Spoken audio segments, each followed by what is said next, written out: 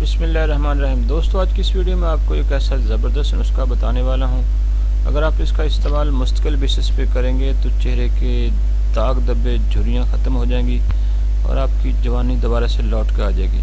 अक्सर लोग टेंशन ले लेके और परेशान रह के अपनी सेहत को ख़राब कर लेते हैं और कमज़ोरी उनके जिस्म में गालिब आ जाती है। तो ये नुस्खा इस्तेमाल करने से आप जवान नज़र आना शुरू हो जाएंगे और आपकी सेहत बहुत बेहतर हो जाएगी।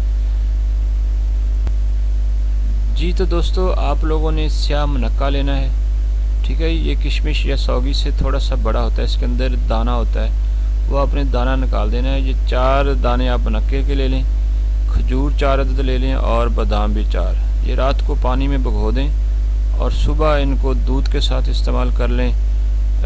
खा के उस ऊपर से दूध पी लें या फिर इनको दूध के अंदर ग्राइंड कर लें।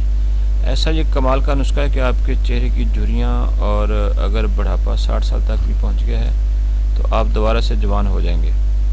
इस तरह और 2-3 टिप्स सुन लें कि लेमू के छिलके खुश्क करके पीस लें, इनमें नमक शामिल करके रोज़ाना दांत साफ़ करें तो आपके दांत चमकदार हो जाते हैं। एक और ज़बरदस्त नुस्खा है आपके चेहरे के लिए, पानी में हल्के गुलाब मिलाकर पी लिया करो, चेहरे पे खूबसूरती आएगी।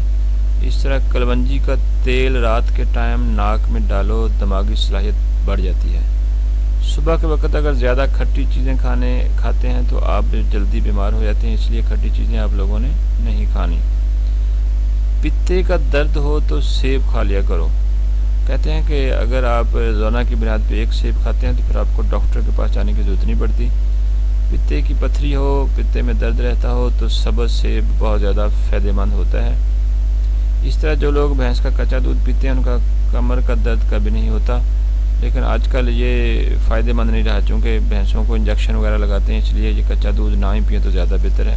पर अगर आपकी ज़ाती भैंस है तो फिर आप ये इस्तेमाल कर सकते हैं। इस तरह अगर आपका जिस्म बहुत ज़्यादा मोटा है तो आप इमली का पानी पिएँ, जिस्म दुबला पतला हो जाता है और चेहरे के दाग धब्बे भी ख़त्म हो जाते हैं। कपड़े वाले साबुन से अपने बालों को धो लेने से खुश्की दूर हो जाएगी।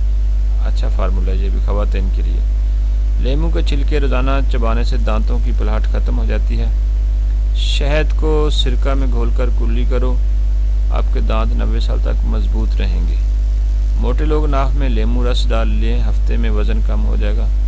सुबह उठते ही सब्ज़ा वगैरह देखने से आपकी बनाई तेज़ होती है, इसीलिए सुबह की सैर ज़रूरी है कि आप सुबह मैदान में जाएंगे तो सब्ज़ घास दरख्तों को देखेंगे तो आपकी बनाई बहुत ज़्यादा बेहतर होना शुरू हो जाएगी। कम सुनाई देता है तो उंगली पर नारियल का तेल लगाकर कान में फेरो, सुनाई देना शुरू हो जाएगा।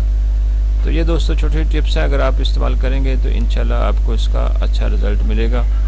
आपकी सेहत के हवाले से अच्छी वीडियोस बनाते हैं, इसलिए हमारे चैनल को सब्सक्राइब कीजिए। अल्लाह हाफ़िज़।